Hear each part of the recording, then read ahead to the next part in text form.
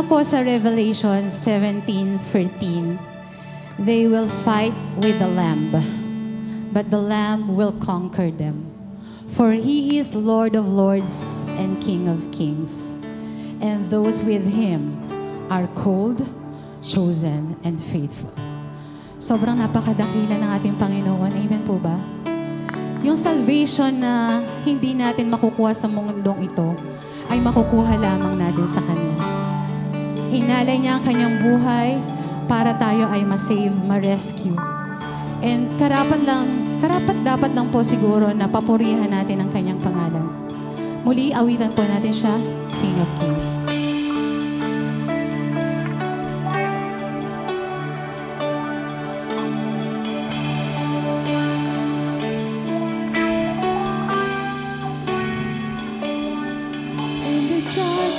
We are waiting without hope, without light, till from heaven you came running.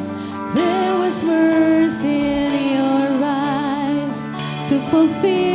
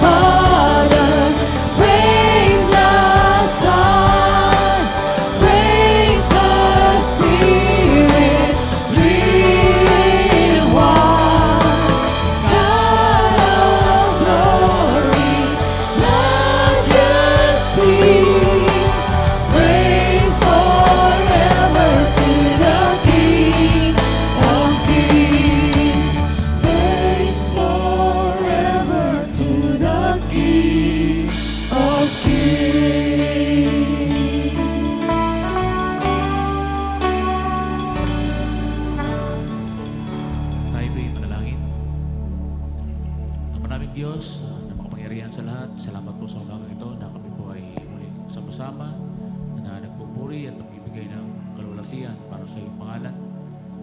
Tunay, Panginoon, ikaw po ang hari ng mga hari at Panginoon ng mga Panginoon. Patawad po, Panginoon, sa mga pagkakataon na minsan ay hindi namin na ipapamuhay na ikaw ang tunay na hari ng aming buhay. Madalas kami ang nasusunod sa aming sarili. Patawad po, Diyos, sa mga pagkakasala na tulad ng hindi namin lubusang pagsunod sa iyo. Salamat po, Diyos, at kami po ay muling lumalapit sa iyo, sa iyong harapan. Tanggapin niyo po, Panginoon, ang aming alay ng pagsampa sa iyo. Maging kaluguran, Panginoon, ang aming awitan. At mabigyan ka namin, Panginoon, ng kapurihan. Salamat po, Diyos. Umagang ito, purihin ka sa pangalan po ng Panginoong Jesus. Amen.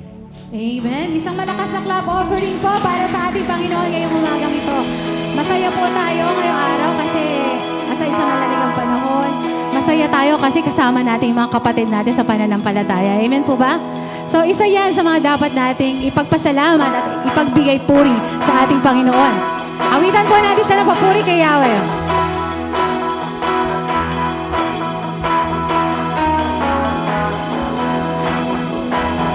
Maawit, nagpupuri, nagdiriwang ang lahat. Papuri kay Yahweh. Come on, church! Yahweh, Yahweh. Lumalapit sa presensya mo, nagpupugay ang lahat. Papuri kay Yahweh, Yahweh, Yahweh. Sa lahat ng oras, come on, church! Sa bawat araw,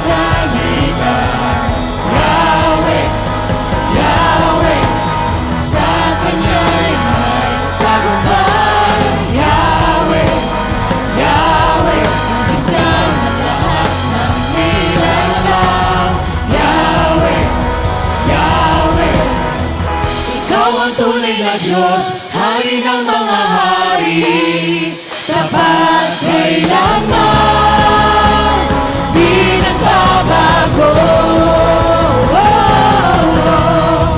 Ikaw ang tunay na Diyos, hari ng mga hari, tapat kailanman, di nagbabago. Si Yahweh ang aking Diyos, si Yahweh ang aking Diyos, si Yahweh ang aking Diyos.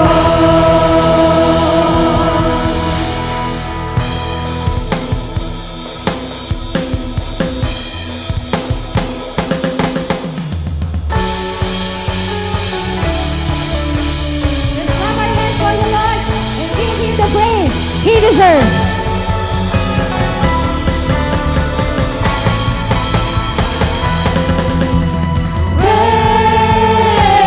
Praise the Lord, oh my soul. Praise the Lord, oh my soul.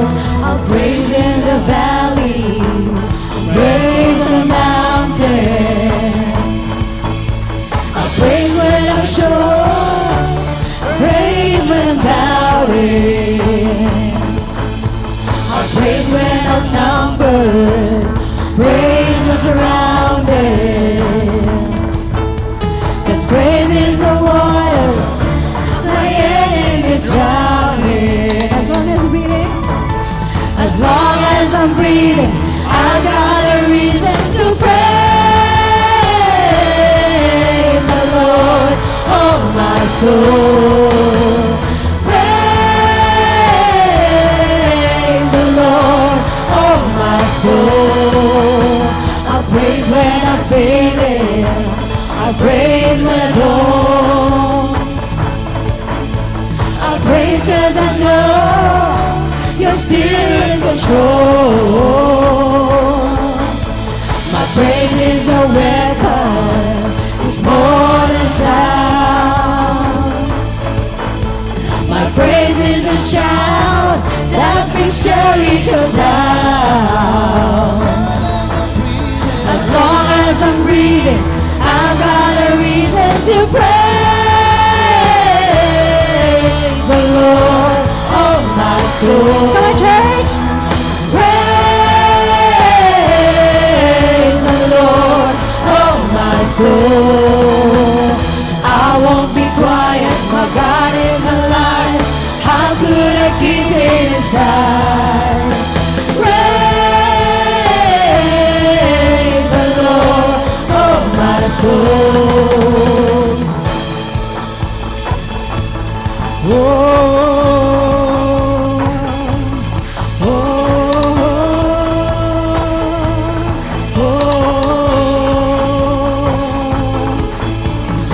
Praise 'cause you're sovereign, praise 'cause you reign, praise 'cause you rose and defeated the grave.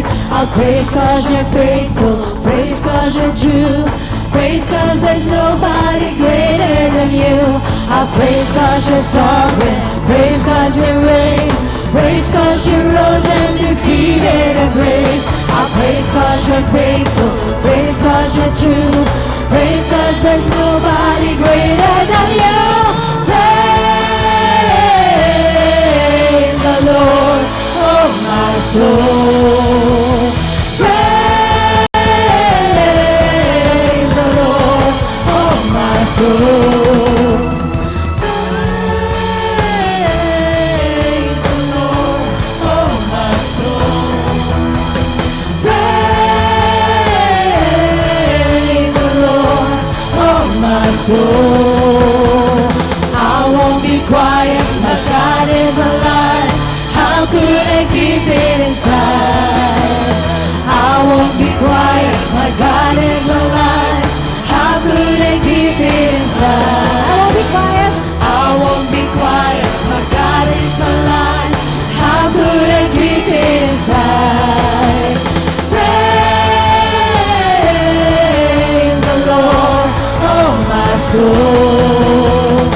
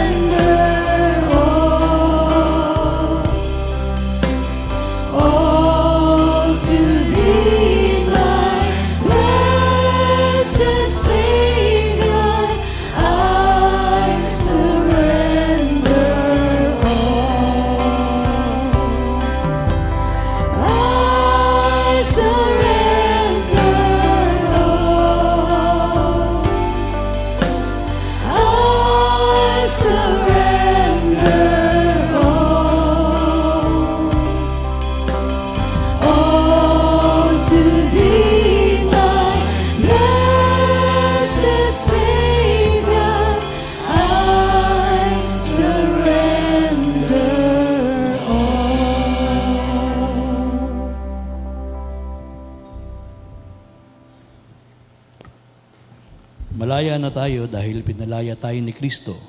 Kaya magpakatatag kayo at huwag nang paalipin pang muli. Akong si Pablo ang nagsasabi sa inyo, kapag nagpatuli kayo, binabaliwala ninyo si Kristo. Binabalaan ko ang lahat ng taong nagpapatuli, tungkulin nilang sumunod sa buong kautusan. Kayong nagsisikap na maging matuwid sa pamamagitan ng pagtupad sa kautusan, inihiwalay ninyo ang inyong sarili kay Kristo at napalayo kayo sa kagandahang loob ng Diyos. Kami umaasa na magiging matuwid sa pamamagitan ng pananampalataya at ito'y sa kapangyarihan ng Espiritu. Sa mga nag-iisa kay Kristo Jesus na hindi mahalaga kung isang tao ay tuli o hindi.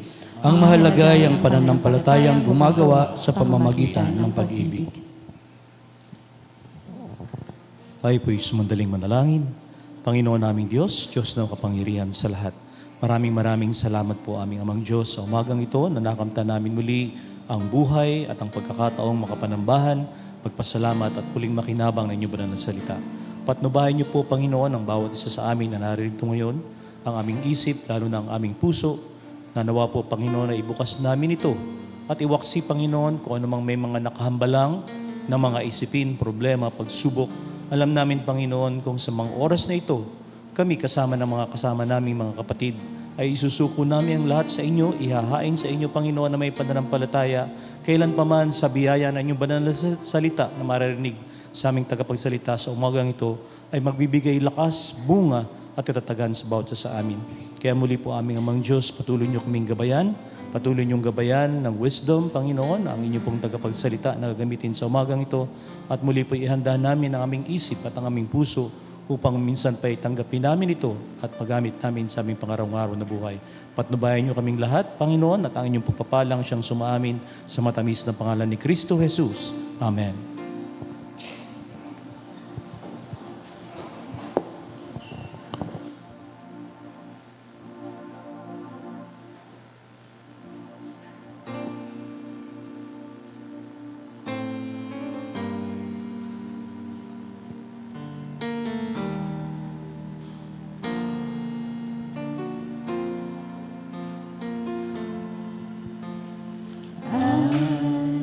Was a wretch, I remember who I was.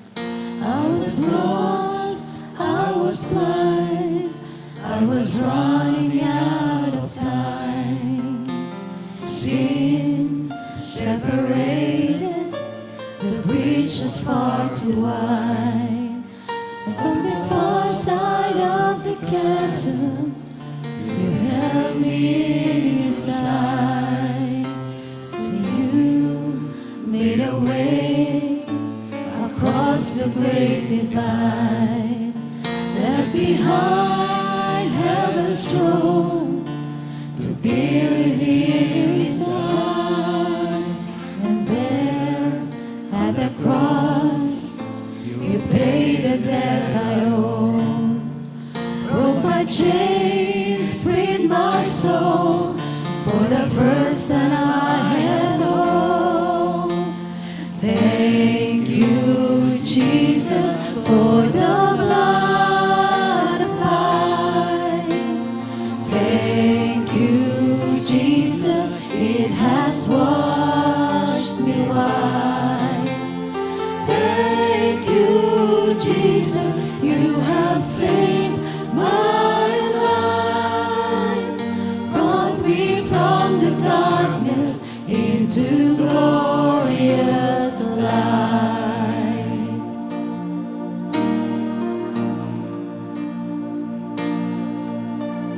You took my place, laid inside my tomb of sin. You were buried for 3 days, but then you walked right out again. And now death has no sting, and life has no end. For I have been transformed by the blood of the Lamb. Thank you, Jesus, for the blood applied. Thank you, Jesus, it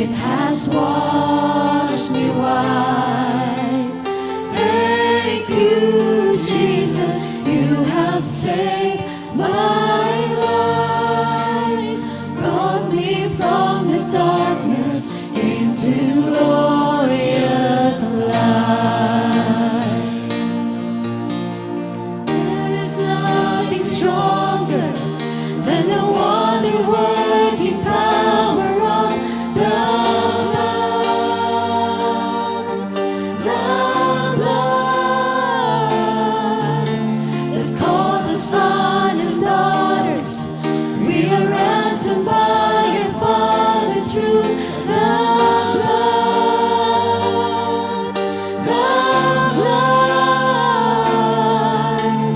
There is nothing stronger. Oh, no wonder working power of the blood that calls us sons and daughters. We are ransomed by your Father true. The blood.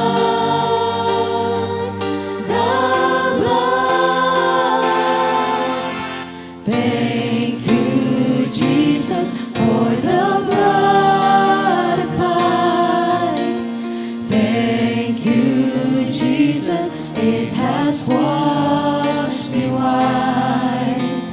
Thank you, Jesus, you have saved my life. Brought me from the darkness into glorious light. Brought me from the darkness into glorious light.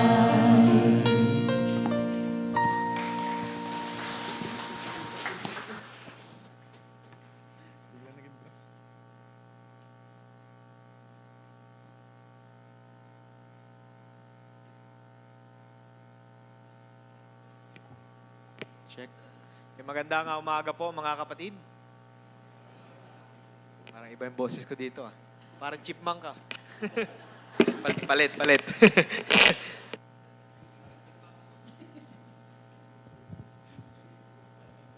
Parang edited ng ano yun. AI yun. Anyway, magandang umaga po sa ating lahat. At palakpakan po natin ang Panginoon. So, ngayon pong umaga pong ito, we are so blessed dahil meron po tayong isang tagapagsalita na lingkod ng Panginoon para sa ating lahat. At to introduce our speaker, siya po ay hindi na rin bago para sa ilan. Kilala niyo din po siya kasi madalas din po siya nating nagiging bisita dito. At siya po ay nag-graduate 2002 sa Manila Bible Seminary. Ang kanya daw pong natapos po doon ay Sacred Literature. Tama, Pastor? Sacred Literature. Okay, so he's a church planter, a missionary, and as well as yung evangelist. No? So makikita nyo naman po siya kung nakafollow kayo sa kanyang Facebook kasi he's very active sa social media. Doon siya naglalagay ng kanyang mga ministry. At siya po ay 33 years in the ministry. So hindi na po siya bata. Pero makikita nyo, baby face daw ito pag umakyat dito. No? So, marami po siyang involvement. At the same time, siya din po ay school administrator sa isang school po sa Quezon City. I forgot the name, Pastor. Ikaw na lang magsabi, mami. At nagtuturo din po siya kasi ano po siya, teacher siya din as well by profession. Ano? So, hindi ko na po aalamin kung ilang taon na po siya. Siya na po ang magsabi sa inyo. Pero para po sa ilan, siya po ay naging parte din po ng Christ Terraces ni Brother Jerry Felipe. So makikita ninyo, siya talaga ay hasa din sa ministry pagdating sa pangangaral ng salita ng Diyos. So nais ko pong ipakilala sa ating lahat ang lingkod ng Panginoon, si Pastor Emil Maris. Palakpakan po natin ang Panginoon sa buhay po ni Pastor Emil.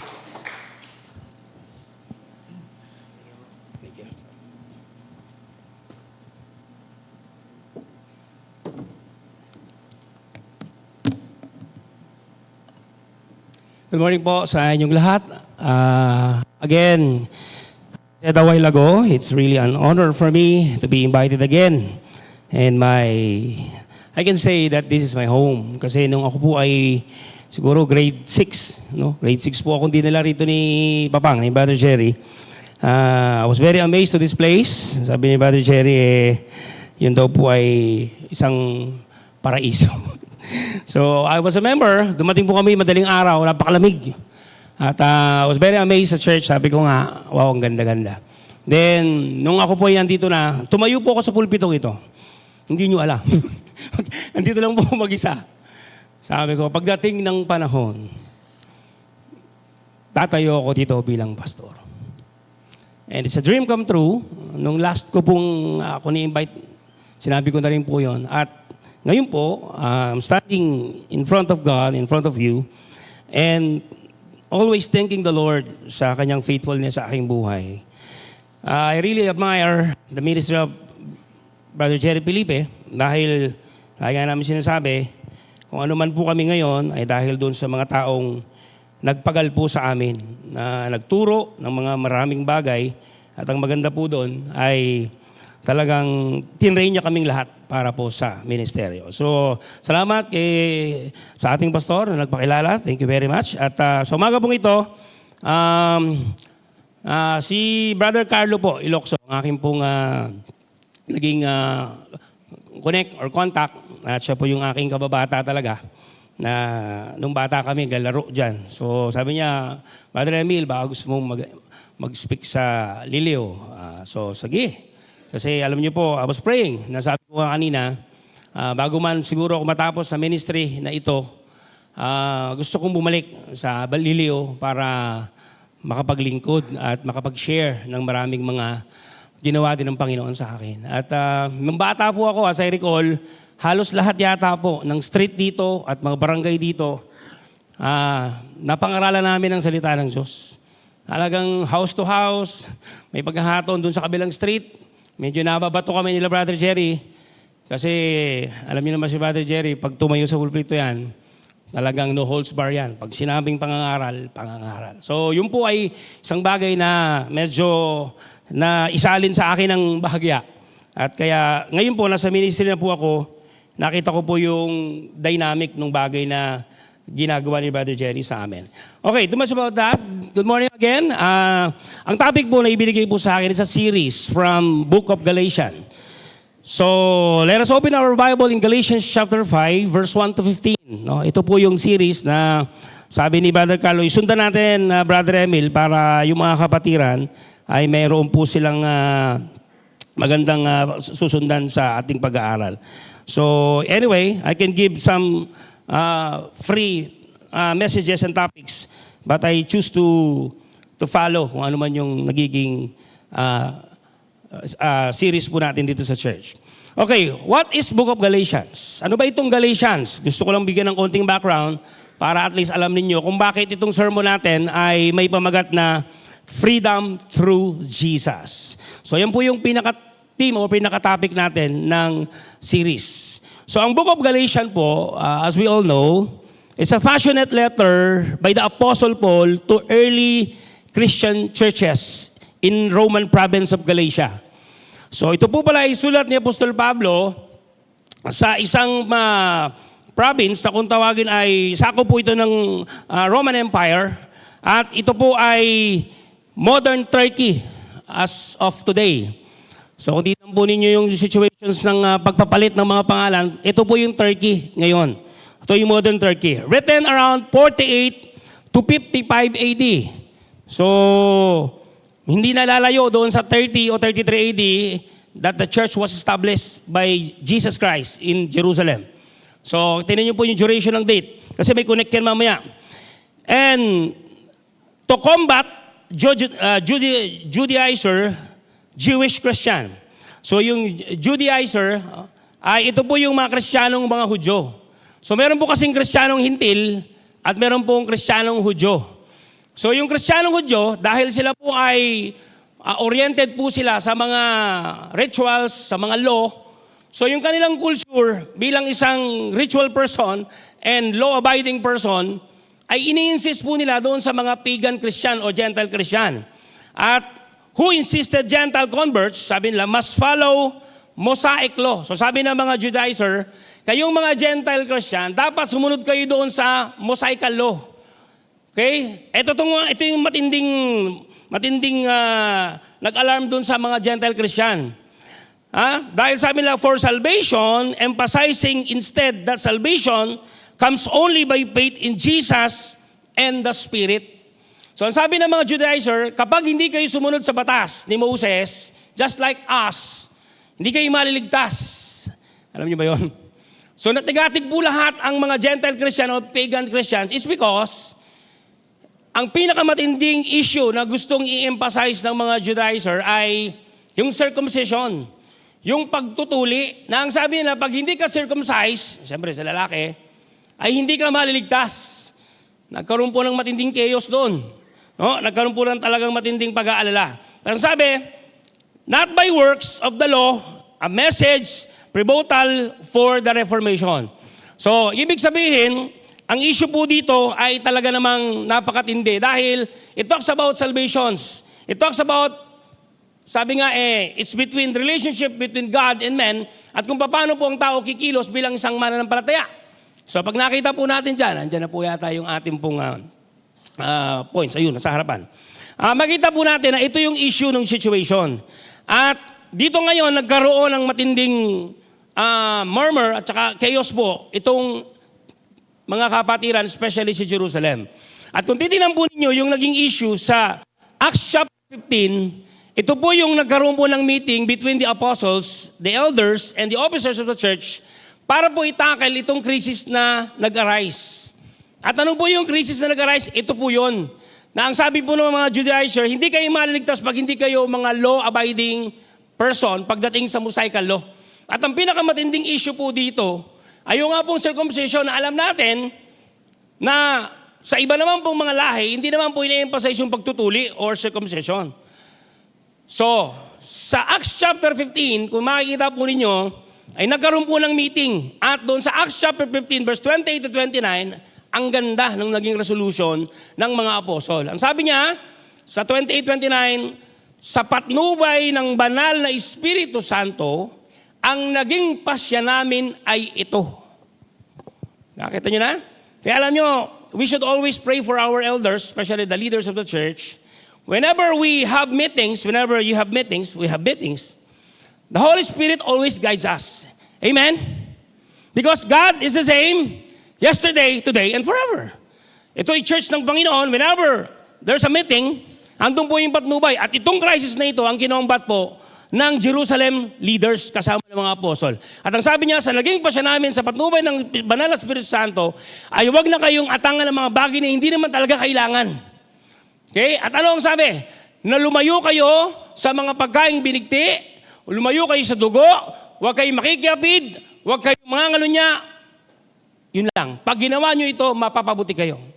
So dito niliwanag na hindi sa pamamagitan ng pagtutuli, hindi sa pamamagitan ng umang pagsunod sa mga Mosaical law, ang tao ay maliligtas, kundi sa pamamagitan ng biyaya na natapos ni Kristo sa krus ng Kalbaryo. Alam niyo po yung freedom, it's a very crucial thing. It's a very crucial thing sa buhay ng isang tao. As we recall, when God created Adam and Eve in the paradise, there's a one gift na talagang hindi kailanman ipinagdamot ng Panginoong Diyos sa tao. Walang iba kundi yung volition. And that is a freedom to choose. Hindi ginawang robot ng Diyos si Eva at si Adan sa paradise para susian, para gawin lang ang mga bagay na gusto ng Panginoon. Ang sabi ng Panginoon sa Genesis, makakain niyo lahat ng mga bagay dito, may enjoy niyo lahat, wag lamang ang puno na nagbibigay ng kaalaman ng masama at mabuti. Binigyan talaga ng Diyos ng partida ang tao to decide from what is right and what is wrong. And that volition and that freedom, marami po na mga religion ngayon, hindi ko na babanggitin, kinukuha po nila yon sa tao. What do I mean? Marami pong mga religion, yung isa kapangalan pa natin, ini-squeeze nila yung freedom ng tao, at yun ang pinambebenta nila sa mga politiko para pagdating ng eleksyon, ang politiko ay makiusap sa kanila. You know what I mean? Meron sila daw black boat, at pinapakita nila yung puwersa nila. Para sa akin, hindi dapat makialam ang relihiyon sa politika. Because there is a separation between church and the state. Amen? We should respect spirituality and politics.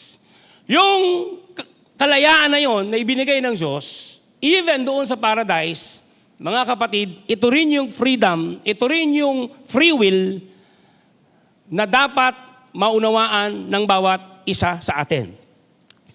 Before I go on, let us see the history. By the way, before I go on, let us see the meaning of freedom in the dictionary. Ang sabi po ng meaning ng dictionary sa freedom, sabi niya, freedom is the power or might to act, speak, think as one once without hindrance or restraint. Yung kalayaan daw po ay isang bagay na mayroong kang kakayahan, mayroong kang power na gawin, magsalita, mag-isip, at gumawa ng isang bagay na walang pumipigil sa iyo. Yun ang ibig sabihin ng freedom as far as the dictionary is concerned. You know, ang freedom po ay napakaganda kung titignan natin dahil ito po yung basis ng Diyos for judgment. Amen? Pagdating natin sa harapan ng Diyos, ang sabi ng aklat ng Ecclesiastes chapter 12 verse 13 to 14, sa kahuli-hulinan, isa lang aking masasabi, matakot ka sa Diyos, sundin mo ang kanyang mga utos sapagkat ito ang buong katungkulan ng tao. Ano man ang ating gawin, hayag man o lihim, mabuti man o masama, ay pagsusulit natin sa Panginoon. So lahat ng ginawa natin sa daigdig na ito, because we do it, we will it, because we have freedom to choose what is right and what is wrong, yun po ang basis ng Diyos for judgment. At itong freedom, mga kapatid, ay, as we recall the history of our motherland, Philippines, tignan po natin the story of the Filipino people who are fighting for freedom under the foreign invaders. No? Kung tingnan natin yung history, pumunta po rito si Magellan, nakipaglaban sila Lapu-Lapu, natalo sila Lapu-Lapu, pumasok ang Catholicism, ang Kastila. For almost 300, 400 years, we've been captive, enslaved by the so-called Spaniards, itong mga Espanyol. At nakita po natin from the history kung paano po minangmang, nilait, at napakababa ng tingin ng mga banyagang bansa sa Pilipino. Tawag nga sa atin Indio, tama? But salamat sa ating mga magagaling at matatalinong bayani, siyempre name Jose Rizal, ating pambansang bayani. Diyan si Juan Luna, sa mga art, andyan ang iba't ibang mga bayaning kilala natin. They stand still that the Filipino people are people who are gifted and intellectual people. At ipinaglaban natin yon. Andres Bonifacio, sukdulang ikamatay. Kaya alam niyo po, nakakatuwa yung kanta natin doon sa pambansang awit ng Pilipinas. I'm a teacher. So pag nagkumakanta po ng flag ceremony, medyo damang-dama ko talaga yung lyrics eh.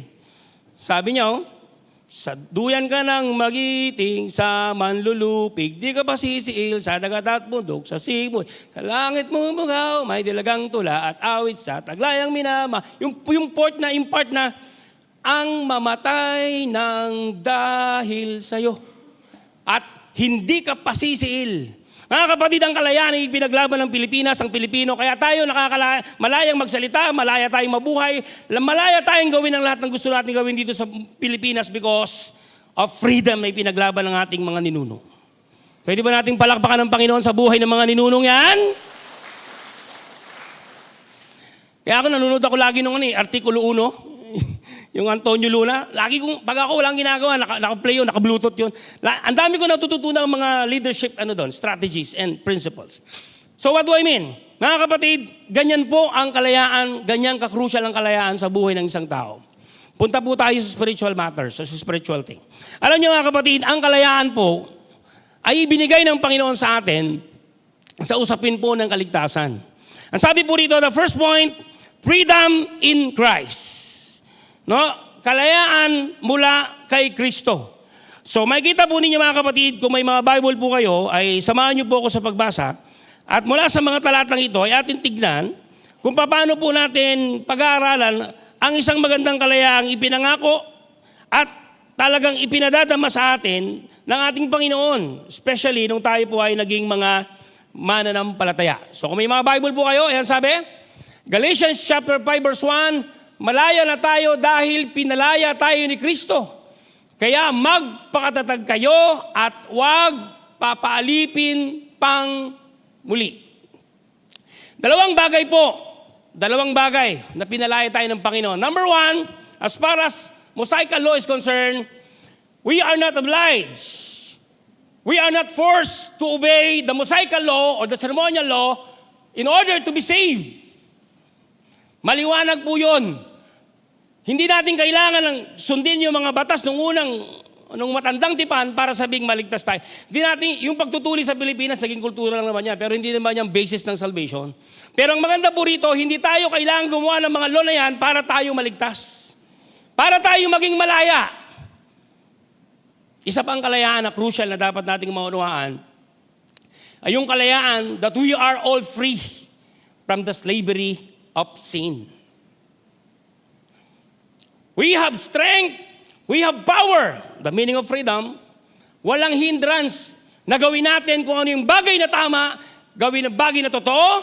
Let us express our worship, let us express our devotion and service to the Lord. Malaya tayo dyan. And especially, malaya na tayo sa pang-aalipin ni Satanas sa kasalanang inilagay sa atin dahil sa epekto ng kasalanan ni Eva at ni Adan. Ang mga Kristiyano po na nabubuhay ngayon, na tinanggap ang Panginoon, tayo po ay malaya na at hindi tayo alipin ng datihan nating pagkatao. Amen po ba? Malaya nga po ba? Malaya nga po ba kayo? Anong ibig sabihin ng malaya? Na kapag dumarating sa atin ang pagkataon tayo gusto natin gumawa ng masama, tinutokso tayo ni Satanas, are we able to stand and to choose what is right and do what is right? Sabi ng isang quotation, Satan can manipulate your mind and emotion, but never your will to do what is right and what is wrong. Si Satanas po, pwede niya tayong i-influence sa ating isip, sa ating puso. Sabi ni Satanas, kawawa ka naman. Iniwan ka ng asawa mo. Magpakamatay ka na. Amen? Tama po ba? Kawawa ka naman. Wala na nagmamahal sa'yo. Tumalong ka na dyan dun sa overpass. Ganun po si Satan. Pumapasok siya sa atin, nandyan yung paborito mong tuba. Andyan ang kainuman mo. Baka naman. Nandyan yung may gusto sa iyong babae. Alam niyo po mga kapatid, dito yung sinasabi ko po sa inyo. Mga kapatid, si Satan can manipulate us, but never ever our will to decide what is right and what is wrong. Hindi pwedeng kilusin ni Satanas ang ating kamay para gumawa ng masama. It is you, it is I who always decide to do what is right and what is wrong. Amen? And that will and that volition is the basis of God for judgment in the judgment day. Kaya napakahalaga, malaya ka nga ba? Pag sinabing malaya ka, kaya mo bang tanggihan si Satanas? At kaya mo bang gawin ang tama? Alam niyo, ang pinakamatindi nating kaaway, hindi yung ibang tao eh. Sabi nga ni Antonio Luna, meron tayong mas matinding kaaway. Hindi ang mga mananakop, kundi ang ating mga sarili. Amen? Kaya mo bang tanggihan? Kaya mo bang labanan? Kaya mo bang tayuan ang iyong sarili dahil malaya ka at hindi ka papalipin sa kasalanan? Ayan po yung isang magandang bagay na sinasabi po sa first point, freedom in Christ. The question is this, are you really free? O baka hanggang ngayon, yung iyong paboritong kasalanan, iniingat-ingatan mo pa rin. Lord, wag na to, Lord. Yung iba na lang. Maglilingkod ako sa iyo, Lord, pero wag na to. Paborito ko to, Lord eh. Mga kapatid, pagka ganun, hindi ka pa pumalaya. Number 2, handaan nyo, sabi nga, for freedom, Christ has set us free. Number 2, second point, don't go back to slavery. From verse 1 to verse 4, going to read that verse, yan, naka-flash naman. No, pa-flash siya mamaya. Dito napakaliwanag. Ang sabi niya, mga kapatid, malaya na tayo dahil pinalaya tayo ni Kristo, kaya magpatatag tayo, magpatatag at huwag ng papaalipin pang muli. Malabo mata ko, pasensya na kayo. Akong si Pablo, ang nagsasabi sa inyo. Ha? So dito po napakaliwanag. Kung tayo po'y pinalayan na ng Panginoon, because we accepted the Lord as our Lord and Savior, malaya na tayo sa pag-aalipin ng Satanas. We can choose, we can stand for what is right. Kaya ang sabi ng ating Apostol Pablo, huwag na tayong bumalik mula sa pagkaalipin pa ng kasalanan. Again, papasok na naman po rito yung elemento ng desisyon o kalooban. Ikaw at ikaw rin naman eh. Ikaw at ikaw din naman ang kukuha ng susi ng kulungan, buksan mo, pumasok ka, isarado mo uli, nakakulong ka uli. It is always you again. May I reiterate this thing? Ikaw ang magde-decide kung babalik ka pa ba o hindi. Because yung freedom mo, yung free will mo, yun ang magdadala sa iyo sa pagkaalipin, yun din ang magdadala sa paglaya. Dahil tinapos na ng Panginoon ang ating kaligtasan na tayo malaya na. Yan po yung sinabi niya, Apostol Pablo, wag na tayong bumalik doon. Magpakatatag tayo sa ating pag-asa. Don't mix gospel with law. At isang paraan para bumalik doon sa sinasabi nating pagkaalipin ay yung pagnanais ng maligtas sa magitan ng pagsunod sa batas. Yun po yung context ng talata ng Galatians. Ang marami ho kasing mga Jewish Christian at yung Judaizer na masyado silang law-oriented. Alam niyo po ba ang law? For our information, ang basis ng salvation ng law ganito. Kung 10 utos yan, dapat susundin mo yan 10, perfect. Pag sumablay ka sa isa, nagawa mo yung siyam, sumablay ka sa isa, invalid yun. Yun po yung criteria ng law. At kung maliligtas tayo sa magitan ng mga batas at mga Mosaical law, mahihirapan talaga tayo ron because Romans 3:23, walang matuwid, wala, kahit isa. At dahil walang matuwid, hindi natin kaya yun because we are all finite. Hindi tayo infinite. We are imperfect person, so therefore napakahirap. And that is the opportunity of God to give us grace. Ephesians chapter 2, verse 8 and 9, we are saved by grace through faith and not by our own good works. Kaya walang dapat ang sino mang magmapuri. Even though hindi tayo karapat-dapat, hindi tayo deserve mahalin, hindi tayo deserve i-save, dahil ang pag-ibig ng Diyos sa atin ay wagas at wagas. Alam niyo kung bakit tayo iniligtas ng Panginoon? Because we are created from the image of God. Satan destroyed the plan in the paradise, but God reconnect at binuo niya uli yung maganda niyang plano. And what's the plan? Na makasama niya ang tao sa paraiso.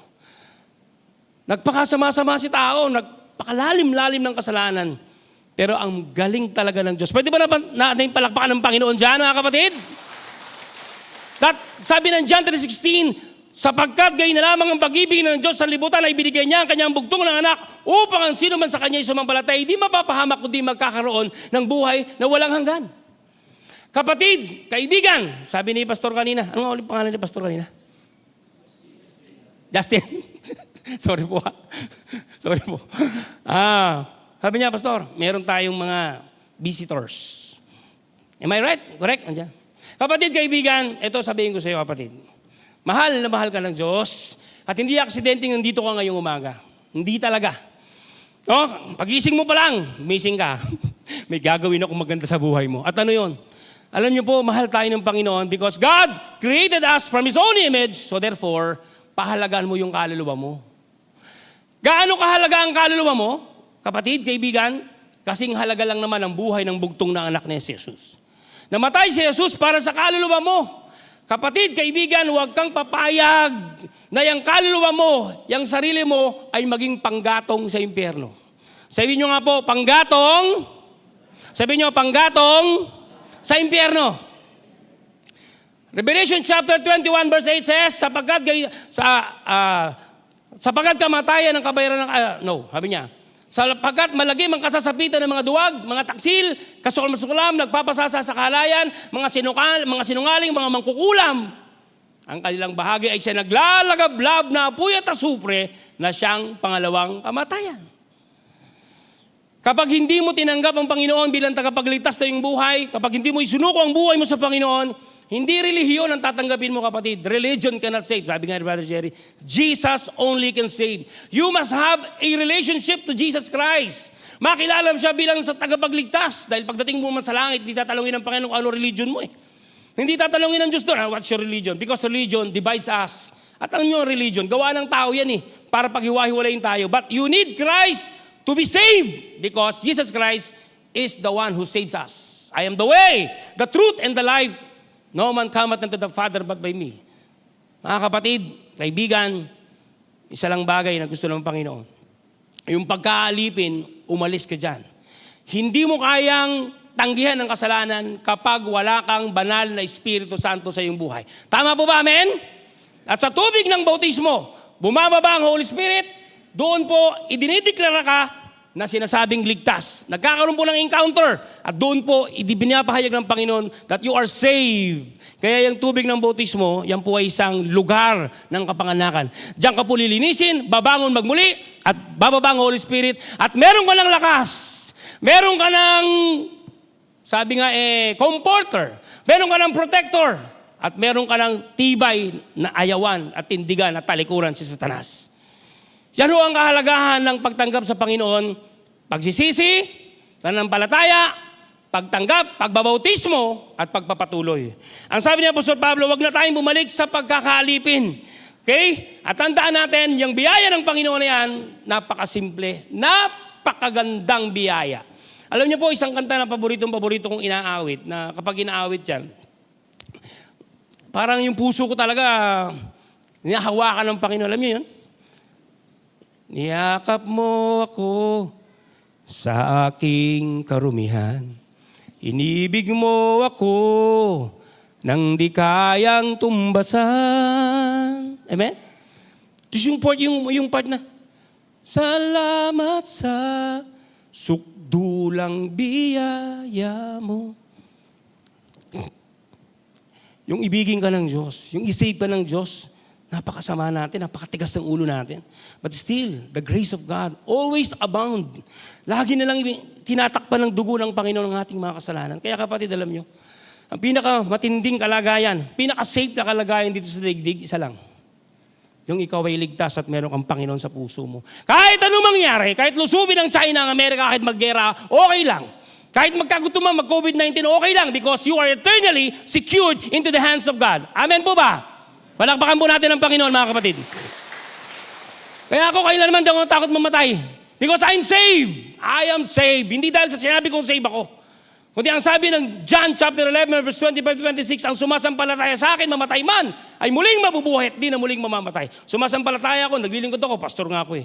At pag namatay ako, may buhay na wala hanggan ako. Ang sabi ng Panginoon sa John 3:16, ang sino mang sumampalataya ay hindi na mapapahamak kundi magkakaroon ng buhay na walang hanggan. Sumampalataya ako, nagbautismo ako, diligtas ako. Amen po ba? Hallelujah. Number 3, love fulfills the law. No? Sabi ng verse 13 and 15, okay? Napakaganda po. No? Pwede ba nating basahin sabay-sabay? Lakasan lang natin ha. Hindi ko lang masyado kasi nag-uulap. Hindi ko nadala yung salamin ko. Sabay-sabay ha. Lakasan natin out loud. 1, 2, 3, read!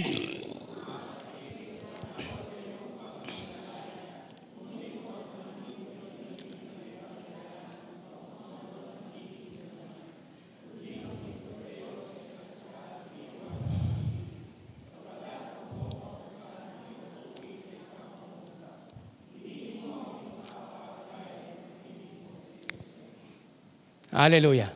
Napakaganda po ng talata, ano?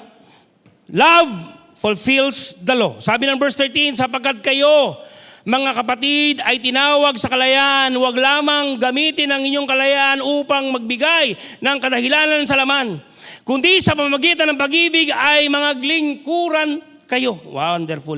Verse 14, sapagkat ang buong kautusan ay natutupad sa isang salita, sa makatuwid ay dito, ibigin mo ang iyong kapwa gaya ng iyong sarili. Verse 15, ngunit kung kayo-kayo rin ang nangagkakagatan at nagsasakmalan, mag-ingat kayo, baka kayo ay mga glipulan sa isa't isa.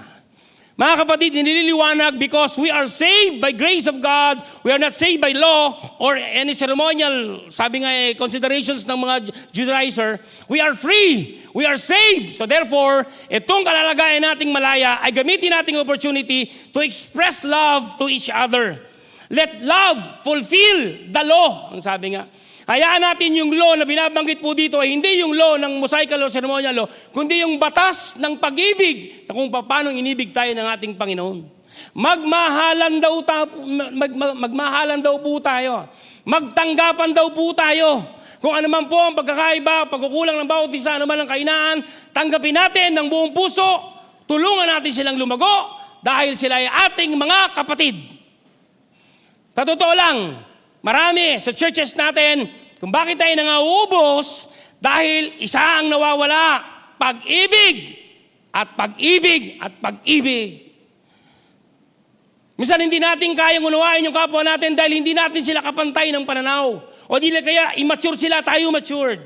Iniiwan natin sila sa isang sulok na baragang bahala ka sa buhay mo. Hindi mga kapatid. We are family here. At kung tayo magkakapatid, kailangan tulungan natin ang bawat isa unawain at pag may nakita tayo nakakalimot, paalalahanan. Dahil pag hindi natin ginawa yun, ang sabi ng talata, mauubos kayo. At ganyan na nga nangyari sa mga churches, sa mga Christians. Nangauubos, nangawawala. Abayaan mo yan. May isip naman yan. Oo nga. Pero tandaan nyo, iba-iba yung level ng maturity natin. At dito, mahalaga yung pagmamahal na uunawaan. At alam nyo ba, kapag sa isang church, sa isang iglesia, alam ng tao na mahal siya, pinapahalagahan siya, hindi aalis yun. Tama po ba, amen? Kaya dito dapat, we must value each other. Pag may narinig kayong may sakit, okay, may sakit. Siguro may GC naman kayo, no? Pag sabi, Pastor, brother, meron akong problema. Mga kapatid ba, okay, pagpipray kita, God bless. Alam niyo, maganda yun eh. Pero alam niyo, maganda, Sister, morning. Kumusta ka na? Okay ka na? Okay, pray. Tapos, Pastor, Sister, pambili mo ng gamot. Tama? Pag gaganon po ang ating attitude, mga kapatid, ulitin ko ulit, kahit sa pamilya. Pag alam mong mahal ka, hindi aalis yun sa pamilya mo. Ganon dapat ang mangyari sa church. Okay? That love fulfills the law. Sabi nga, serve others through love. Let love, let love be the center of our fellowship and family. So alam niyo mga kapatid, yung pagmamahal, napakahalaga po niyan sa buhay natin.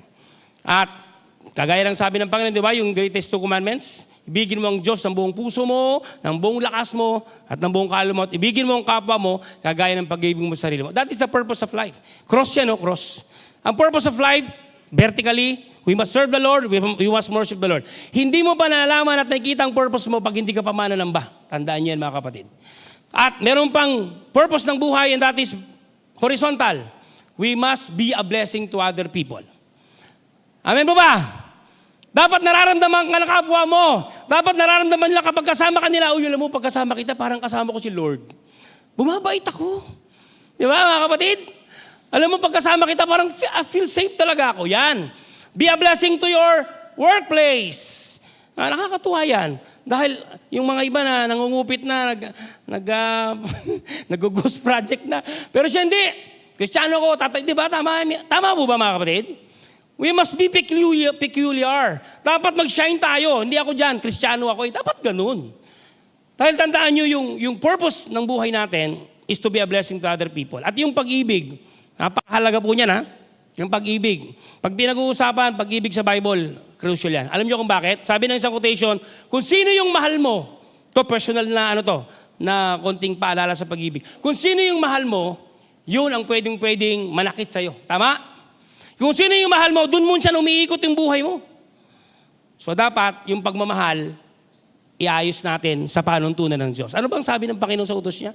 Ibigin mo ang Diyos ng buong puso mo, ng buong lakas mo, at ng buong lahat sa'yo. Tama? Alam niyo kung bakit? Iniisip po itong verse na to, parang ang Panginoon napaka-selfish naman. Diba dapat ibigin ko yung family ko, ibigin ko yung di ba? Hindi eh. Alam niyo kung bakit po sinabi ng Panginoon na ibigin mo ko higit sa lahat? Kasi ganito pala yan. Kung sino yung mahal mo, yun ang unang-unang pwedeng malakit sa'yo at magpaikot ng buhay mo. Kaya ang sabi ng Panginoon, pag inibig mo yung asawa mo, binigay mo naman lahat-lahat, pag niloko ka ng asawa mo, patay ka. Tama po ba? Pag mahal na mahal mo yung anak mo, niloko, sinagot-sagot ka. Pag mahal na mahal mo yung bahay mo, yung kotse mo, nabangga, nasulog, patay ka. Kaya ang sabi ng Panginoon, ibigin mo ako ng higit sa lahat dahil pag ako ang una mong inibig, your heart is in the safe zone. Hindi ka sasaktan ng Panginoon. Amen po ba? Hindi ka sasaktan ng Panginoon at ang lahat ng bagay na iniisip at ginagawa ng Panginoon is for your own good. Romans 8:28, for all things work together for good, for those who love the Lord. So ibig sabihin, kung inibig mo ang Diyos higit sa lahat, mawala man ang asawa mo, mawala man ang anak mo, mawala man ang bahay mo, mawala man ang kotse mo, buhay ka pa rin dahil may Diyos na nagsusustain ng buhay mo. Amen po ba? Palakpakan natin ang Panginoon. Isang araw, ihanda mo na yung sarili mo. Pwede kang saktan ng asawa mo. Pwede kang saktan ng anak mo. Mawala ang lahat sa iyo. Isang bagay lang. Huwag lang mawala ang Diyos sa akin. Buhay pa rin ako at mananatili ako nakatayo. Dahil God fulfill His purpose in my life. And last point, walk by the Spirit. Verse 16. Sabi po ng verse 16, sinasabi ko nga, magsilakad kayo ayon sa Espiritu at hindi ninyo gagawin ang pita ng laman. Ito, very crucial to mga kapatid. Ha? Laging may nagtutunggal yan dyan eh. Laging may nagtutunggal yan. Alam nyo yung nagtutunggal yan? Yung pong ating human flesh at saka yung ating pong spirit. So because we're Christians, andyan na yung Holy Spirit, pero hindi niya i-violate o hindi niya i-invade yung freedom natin, siya po ay nag-urge sa atin. Whenever may tukso, meron pong laban. Alam nyo ba na may nangyayaring digmaan lagi na hindi nyo lang alam? Na minsan lagi kayong talo kasi hindi nyo alam may digmaan pala. Sabi ng aklat ng Efeso, ang ating kalaban ay hindi laman at tugo, kundi mga espiritong namamayari sa iyong papawid. It is between good and evil. At saan po ang battleground? It's in the heart and mind. Sasabihin ni Satanas, sige, kunin mo, nakawin mo. Sabi naman ng Holy Spirit, hindi pwede. Masama yan. Sabi ni Satanas, sige na, patulan mo na yan, mahal na mahal ka naman yan, gusto ka naman yan. Bawal mangalo niya. Yan po yung battle. Tandaan nyo, ang battleground sa puso, sa isip at puso natin. Yan po yung battleground. At kailangan dapat malakas ang ating spirit para tayo manalo. Maraming mga Kristiyano laging talo, laging kinakaladkad ni Satanas, laging nilulupasin ni Satanas dahil hindi tayo taong espiritual. Kulang tayo sa spirituality. Linggo lang tayo pumupunta rito. Late pa tayo. Amen? Pag may sermon pa, papadyak-padyak pa ng paa, patingin-tingin pa sa relo. Pastor. Tama po ba, amen? Upo ka dyan, mamahinga ka muna. Palakasin mo yung espiritu mo. Linggo lang, iasa mo yung spiritual life mo, bagsak ka talaga, kalad ka rin ka ni Satanas, talo ka lagi sa laban. Dapat, pag linggo, nakikinig ka ng sermon, mag-worship ka, pagdating sa bahay, tulungan mo ang sarili mo, magbasa ka ng Bible, andyan ang YouTube, makinig ka ng mga sermon, makinig ka ng mga magagandang sounds ng music of spiritual songs. Tulungan mo ang sarili mong maging matatag spiritually dahil ang laban ay spiritual. Tama po ba, amen? Kung bakit hindi natin matanggal-tanggal ang ating mga paboritong kasalanan. Marami sa atin dito, hindi man kayo magsalita. Nakikita ko marami sa inyo nag-i-struggle sa kanyong mga kainaan. Tama, amen? Tama po ba? Sabi ni Apostol Pablo, Lord, may 3 beses na ipinanalangin na tanggalin mo tong turn in the flesh. Si Apostol Pablo, he's human. Tao po siya. At ang sabi niya, 3 beses kung inilulog sa'yo, tanggalin mo tong tinik sa laman ko. Sagabal to sa ministeryo ko. Kung tutusin si Apostol Pablo, outstanding siya. Pariseo yun. Talagang matalino po yun. Nag-aral sa Panal Gamaliel. Si Apostol Pablo po, elite, alta sa syudad ang kanyang kalalagayan sa Jewish community. Si Apostol Pablo lang naman ang sumulat ng kalahati ng New Testament. Si Apostol Pablo lang naman ang napakatitinding missionary journey ang inabot. Pero sabi ng Apostol Pablo, meron akong tinik sa laman. Sabi ng komentary, 3. Number 1, si Apostol Pablo may sakit sa bituka. May ulcer. Number 2, si Apostol Pablo po mainitin ang ulo. Kita mo yung mga official niya, galit. Meron pang isa. Si Apostol Pablo po, ewan ko lang ha, hindi naman chismis to. Baka may identity crisis. Kasi hindi na nag-asawa. Anyway, sabi ng Apostol Pablo, Lord, iniluluhog ko sa iyo, tanggalin mo ang kahinaan ko. Anong sabi ng Panginoon? Hindi ko yan tatanggalin, Pablo. Bakit? Dahil pag tinanggal ko yan, outstanding ka na, magyayabang ka na. Dinisign ng Diyos ang ating mga kahinaan, ang ating mga struggle, para lagi tayong sumandal sa kapangyarihan ng Diyos. Amen? Hindi ini-expect ng Diyos na maging perfect ka, kapatid. Dahil hindi naman tayo perfecto. Ang ini-expect ng Diyos, the moment na sumasalakay si Satanas, lumuhod ka na, sumandal ka na sa Diyos, at piliin mo ang tama. Dahil ang pagiging banal ay ang paggawa ng tama. Tama po? Maraming mga churches, nagkakamali sila sa salitang holiness. Na kapag sabi nila, uy, spiritual ka, pag nagkakantahan, hindi masama magtaas ang kamay. Uy, pag magtaas ang kamay, umiiyak ka, tumatalong ka, gumugulong ka. Wow, spiritual na spiritual. Siyempre, nadadala ka ng tugtog ng ting, ting, ting, ting, ting. Maalala mo kaya. Ting, ting. Oh, Lord, Lord. Hindi lang po yun ang spiritual. Ang pagiging spiritual, yung araw-araw, nagtitinda ka sa palengke, hindi ka nandadaya. Yung may tumatawid na matanda sa kalsada, tinulungan mong tumawid, yun ang tunay na spiritual. Yung may tukso na hindi mo pinatulan, yun ang tunay na spiritual. Yung merong dealing na illegal pero hindi mo ginawa, and that is true Christian and spiritual person. Amen? Amen? Sa gabi, umaga pong ito, sabi po ng 2 Corinthians 3:17, now the Lord is the Spirit, and where the Spirit of the Lord, there is freedom. Prove yourself that you are really free. And you can stand from what is right in the eyes of the Lord. 2 Corinthians 5:17 says, ang sino ang nakipagsa kay Kristo, may isa ng bagong nilalang, napawi na ang dating pagkatao, at siya ay bago na. Tanong, tingin nga sa katabi mo, sabi mo, kapatid, dali, kapatid, nagbago na ba talaga? Sa kabila naman, kapatid, nagbago na ba talaga? Baka nagbago ng pwesto. Mga kapatid, dapat may change. Nag-uusap pa ni Brother Carlo, magiging prank na ako sa inyo. Ewan ko kung kalooban to ng Diyos. Sabi ni Brother Carlo, Pastor, we're looking for an evangelist. Sabi ko, Lord, time na po ba na umuwi ako ng Liliw? 50 years old na po ako. Siguro 33 years, enough. Sabi ko, Lord, time na po ba na i-share ko itong calling ko sa Liliw? I challenge you mga kapatid. Hinug na. Ito na po, si Pastor Emil, I was trained by Brother Jerry, Kuya Maxi, Teresa's Ministry. Sabi ko, Lord, kung dadali mo ako sa Liliw, nakikita ko na yung mangyayari. Sabi ko nga kanina, bubulabugin natin itong Liliw. Amen? Sanay ako sa crusade, alam niyo yun. Naku po, yung 7 simbahang tinayo namin sa mission, talagang crusade yan. Kahit saan. Pero sabi ko nga, Lord, ready po bang Liliw kung sakaling ako maging evangelist ng nila at nung outreach ninyo? Are you really willing to shout outside at sabihin sa mga tao, hey, punta kayo sa church namin, tanggapin niyo si Jesus because God, Jesus, really changed my life. Binago ba talaga ng Diyos ang buhay ninyo? Pwede ba tayong sumigaw sa labas na, hoy, punta kayo dito sa church because binago ng Diyos ang buhay namin. Babaguhin din ng Diyos ang buhay nyo. Pwede ba natin isigaw yun? Amen? Binibigyan kayo ng preparasyon ng Diyos. Pag ako naging evangelist ninyo, bubulabugin natin itong buong Liliw na to, sisigaw natin. At sasabihin natin, kung bakit magulo ang buhay mo, kung bakit wala kang direksyon, wala kang Panginoon sa buhay mo, pumunta ka, lumapit ka sa Panginoon, babaguhin ng Diyos ang buhay mo. Kung paano binago ng Diyos ang buhay namin. Amen po ba?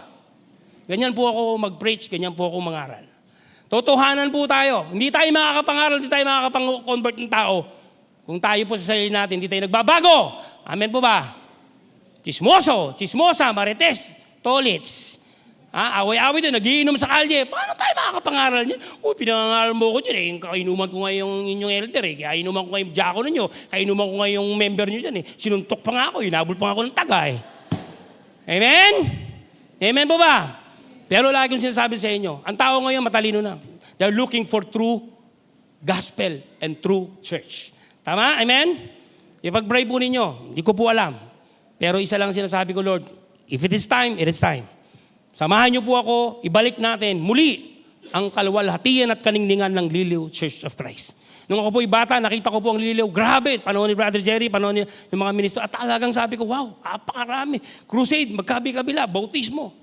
Sabi ko, wow, this is Liliw Church of Christ. At, siyempre, it's really an honor for me na maging part ako ng iglesia ito. Before I close, kunti na lang. Meron pong isang patimpalak. Competition. Yung pinakamagaling na magmaskara. Okay? So ito pong magagaling ng maskara, parang costume party.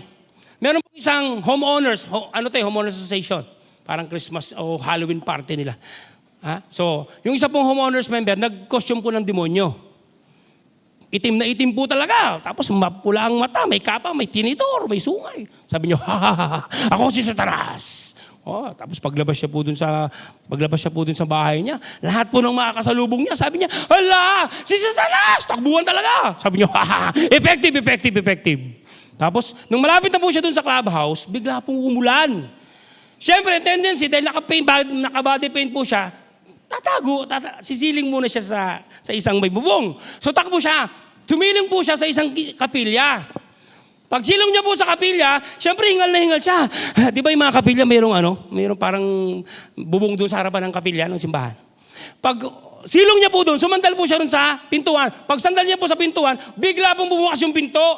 Nakita niya po, may mga nagpe-prayer meeting sa loob. Di nagulat. Sabi naman nag-prayer meeting, hala, si Satanas! Takbuhan na. Siyempre, ayaw niyang mapasa sa labas, pumasok po siya. Sa pagpasok niya, siyempre, hingal na hingal, sabi niya, hala, lalo nang takbuhan ni mga kapatid, nagpunta lahat sa pulpito. Isang matanda na iwan sa upuan. Yung matanda, hindi makatakbo, matandaan eh. Sabi ng matanda, sabi naman nung nag-costume na Satanas, sabi ng matanda, ganyan. Sabi ng matanda, Satanas! 70 years na akong Christian, Satanas! Pero sayo pa rin ako, Satanas! Ano daw sabi? 70 years na daw siyang Christian, pero ang sabi ng matanda, sayo pa rin ako, Satanas. May ganun ba rito? Tagal ng Kristiyano, dito na nagugat. Nakapanib pa rin kay Satanas. Hindi pa rin malaya. Lumaya na tayo. Amen po? Amen? Stand for your faith. Stand for your life. Ako po, sabi ni Brother Jerry, I'm only converted in the Church of Christ. But the moment I came here, I was baptized by Brother Jerry sa Fairview. Kasama pa noon ng Liliw, nagko-crusade. Naunawaan ko po, nag-aaral ko sa seminary, I can really say that I'm proud to be a member and the minister and the pastor of the Church of Christ. Dahil ang iglesyang ito, ang pintuan ng langit sa lupa sa pamamagitan ng ating Panginoon. Amen? At para sa kaalaman ninyong lahat, ako po ang isa, kasama si Brother Jerry, ang nakikipaglaban sa sistema ng G12 dito po sa Central Luzon. Ito po yun. Pinapalitan nila yung pangalan ng Church of Christ, papayag. Sa Rizal, bakbakan kami ng mga G12 na dati nating pastor. Bakbakan talaga kami. Anong mali sa Church of Christ? Kaya ulitin ko, maging proud kayo na maging member ng tunay na iglesyang itinayo ng Panginoon. Tayong lahat ay magsistayo. At this morning, sabi po ni Brother Justin Ben, meron tayong isang song lang ito. Awit tayo ng isang song o song lang. Baka po merong gustong tumanggap sa Panginoon. Kapatid, kaibigan, walang takutan, totoo lang to Hindi ko alam kung buhay ka pa mamaya. Diretso ko sasabihin sa'yo, hindi natin hawak ang ating buhay. Tandaan mo, yung kaluluwa mo, pahalagahan mo yan. Pag namatay ka mamayang gabi, lahat ng natutulog, hindi nagigising yan, namamatay. Ang iba naman na-aksidente, wag naman sana. Pero, maging matalino ka. I'm inviting you to come in front to accept the Lord as your personal Lord and Savior. Religion ka na save. May religion ka, pero hindi mo alam kung ligtas ka. But this time, I'm encouraging you to come in front and accept the Lord as your Lord and Savior. Yung mga prospect po natin, lapitan po ninyo. Mga officers, elders, tanungin nyo lang, baka gusto mo lumapit. Samahan kita. Come on! Nahihiya yan, nakikipaghilahan tayo kay Satanas dyan Kapatid, kaibigan, baka meron po. Isang kanta lang ito. Uulitin ko po, ang sabi ng Panginoon, ang sumasampalataya at mabautismuhan ay maliligtas. Tatapot ang hindi sumasampalataya ay parurusahan. Magsisi kayo at magbautismo ang bawat sa sinyo sa ikapagpapatawad ng iyong kasalanan. Kapatid, kaibigan, hallelujah, palakpakan natin ang Panginoon. Ganito lang po ako nung kaliit, nung tinanggap po ang Panginoon. Halika anak, dito. Hallelujah, baka meron ba po? Yung mga medyo may edad na dyan, halika anak. Hallelujah. Yan, halika dito. Yumuko ka, pumikit ka, humingi ka ng tawad sa Panginoon sa iyong kasalanan. Alam niya na yung masama at mabuti. Walang age kung paano maunawaan ng tao ang kanyang kalagayan. Kapatid, humingi ka ng tawad sa Panginoon, alalahanin mo ang iyong mga kasalanan. Baka meron pa po, hindi lang bata ang tatanggap sa Panginoon. Ulitin ko ulit, pwede kang kunin na sa ni kamatayan mamaya. Pero iligtas mo ngayong kaluluwa. Wala nang next time pag sinundo ka ni kamatayan. Kapatid, kaibigan, accept the Lord as your Lord and Savior in your life. Baka meron pa po. Kapatid, ang tagal mo lang dumadalo rin, ikinig ka. Pero paano kung mamatay ka ngayon? Mamatay ka mamayang gabi. Mamatay ka sa susunod na araw. Saan pupunta yung kaluluwa? Baka meron ba? Anak ninyo, kapatid ninyo, kasama nyo sa bahay. Nako, mahal na mahal yan. Pag na yan napunta sa kabilang buhay at hindi naligtas, panggatong yan sa impyerno. Mga kapatid, sige, baka meron ba? Tinan nyo. Asawa nyo, kapatid nyo, ilapit nyo na yan dito. Opportunity knocks at once. Baka meron ba po? Baka meron ba? Isang awit na lang, isang awit na lang. Sige po, baka meron ba? Uulitin ko ha. Hindi na ako nagkulang. Hindi nagkulang ang Diyos sa inyo, hindi nagkulang ang liliw. Baka meron pa. Kapatid, mahal ka ng Panginoon. At yung kaluluwa mo na yan, gustong maligtas ng Panginoon. Baka meron pa. Umalis ka na dyan sa kasalanan. Napakahirap na makasalanan na tao. Sinful people are lonely people. Baka meron pa. Come on. Come on, baka meron pa. Hallelujah. Baka meron pa, kapatid, habulin mo ang Panginoon. Isang awit na lang, as the Spirit leads us. Come on, baka meron pa, kapatid. Asawa mo, mahal na mahal mo. Pag yan, kinuha ng kamatayan at hindi yan ligtas, nasa huli ang pagsisisi. Baka meron pa po. Hallelujah. Accept the Lord as your Lord and Savior. Mahal ka ng Panginoon. Ayaw kanyang magpunta sa impyerno, kapatid, kaibigan. Gustong ayusin ng Diyos ang buhay mo. Gustong ayusin ng Diyos ang pamilya mo. Baka meron pa po. Was done so you would come. Hallelujah. Palakpakan natin ang Panginoon. Ganito lang po ako kalit noon nung ako'y na-convert sa Fairview ni Brother Jerry nila ng Liliw. So, tatanungin kita, anak, na hindi mahirap na tanong, sagutin mo lang ng opo kung yung sinasangayunan, sinasampatayanan. Tinatanggap mo ba at kinikilala mo ba si Jesus sa anak ng Diyos na buhay? Opo. At sa iyong pagtanggap, handa ka bang magsisi, magpahayag ng iyong mga kasalanan sa harapan ng Panginoon at tanggapin siya? Opo. Handa ka bang malibing kasama ng Panginoon at ang iyong kasalanan at ikaw ay mabuhay muli? Opo. Handa ka bang antayin ang ikalawang pagparito ng Panginoon sa ikalawang pagparito na naglilingkod ng masaya sa ilalim ng Liliw Church? Opo. Kung gayon pagpalain ka ng Panginoon, tayong lahat ay yumukot pumikit, sumunod ka sa akin. Ulitin mo sasabihin ko, Panginoon, Panginoon, narito po ako, narito po ako. tinatanggap po kita Tinatanggap po bilang tagapagligtas bilang tagapagligtas ng aking buhay. ng aking buhay. Panginoon, Panginoon, isinusuko ko na po isinusuko ko na po ang aking kasalanan. ang aking kasalanan. Patawad po Patawad at handa ako at handa ako na mahugasan na mahugasan sa tubig ng bautismo sa tubig ng sa ikapagpapatawad ng aking kasalanan. sa ikapagpapatawad. Tulungan ng mo aking po ako kasalanan. Tulungan mo po ako na magbago, na magbago maging banal at maging banal sa tulong ng iyong Espiritu. sa tulong ng Ito inyong po ang aking dalangin Ito po ang aking dalangin sa ngalan ni Jesus. sa ngalan ni Jesus. Amen. Amen. Palakpakan natin ang Panginoon. Good morning! God bless you all!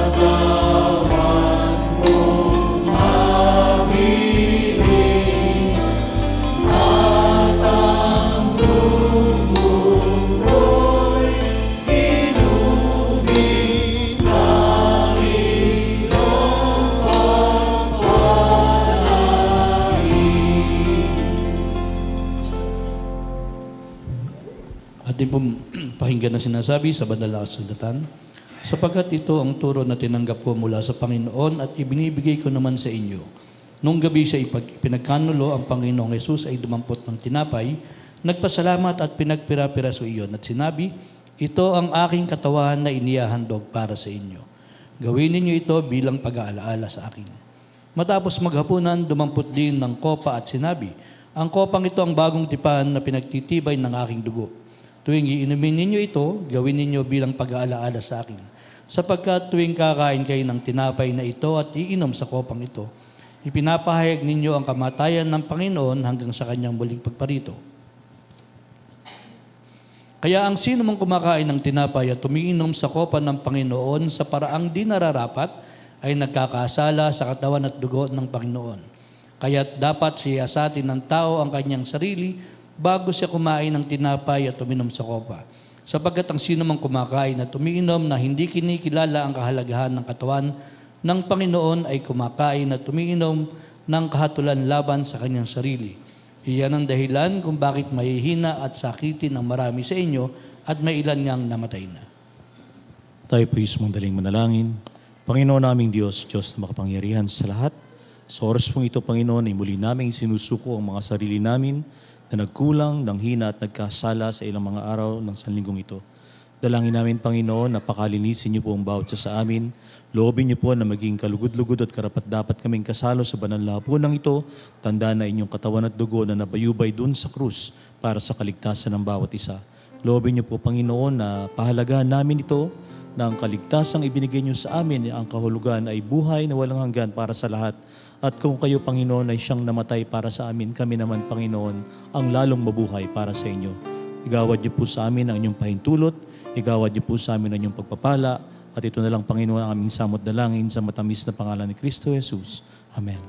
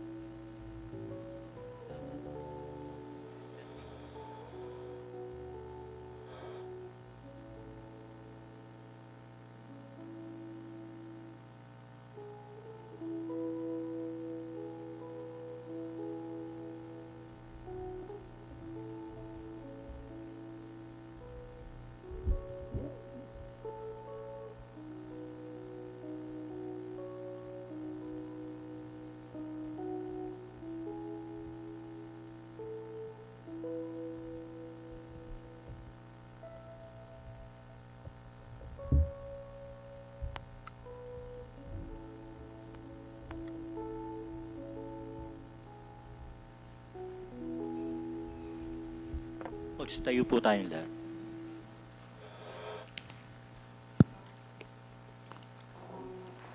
Pagbigay ang bawat isa ayon sa ipinasya ng kanyang puso. Huwag mabigat sa loob o dahil sa kailangan. Sapagkat iniibig ng Diyos ang nagbibigay ng masaya. Yamang kayo pinayaman sa lahat ng mga bagay na ukol sa lahat ng kagandaang loob na magsisagawa sa pamamagitan namin ng pagpapasalamat sa Diyos. Purihin ng Diyos sa pagkabasa at pagkadinig ng kanyang mga salita.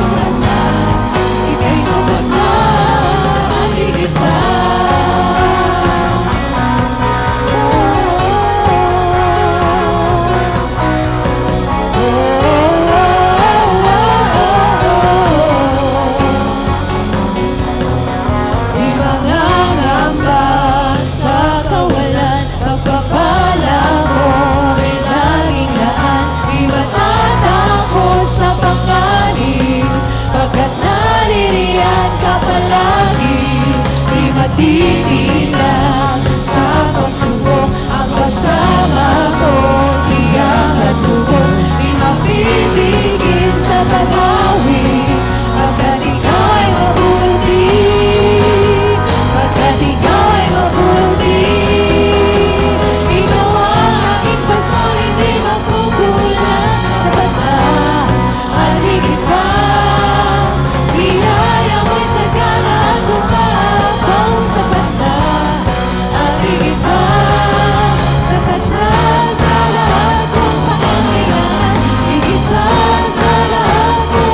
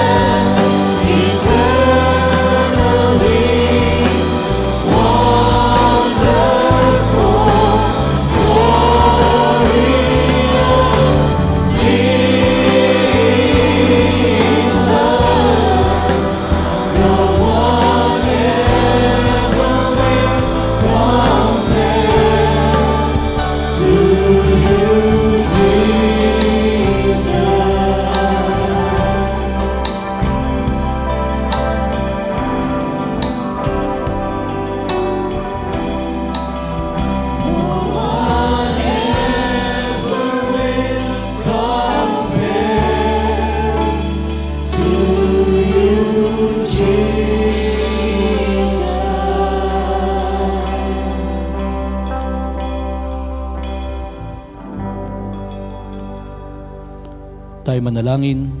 Dakila namin Diyos, Diyos na makapangyarihan sa lahat. Panginoon, salamat pong muli sa umagang ito at kami nakatapos po ng aming gawain. Salamat po Panginoon at muli niyo po kaming dinala sa inyong bahay-sambahan upang makapakinig at makapag-aral ng inyong banal na salita at makapaghandog po ng masasayang awitin. Dakilang Diyos, dalangin po namin na nawa po ang mga natutunan po namin sa umagang ito ay patuloy na matimo sa aming puso at isipan upang magkagayang dakilang Diyos ay magamit po namin sa pang-araw-araw naming pamumuhay at pananggalang po sa sanlibutan. Thank you, Father, for the blood of Christ that has saved us from our sins. Salamat din po, Panginoon, for the grace and the salvation you have given us. Panginoon, nawa po ay maging worthy po kami sa grace na ibinigay niyo po. At makapamuhay po kami ng naayon sa inyong kalooban sa bawat sandali. Panginoon, pinapanalangin po namin na patuloy niyo pong patatagin ng pananampalataya ng bawat isang kapatid. Panginoon, ang mga kapatid po namin na hindi po namin nakakasama sa pananambahan ay dalangin namin, nakatukin po ninyo ang kanilang mga puso.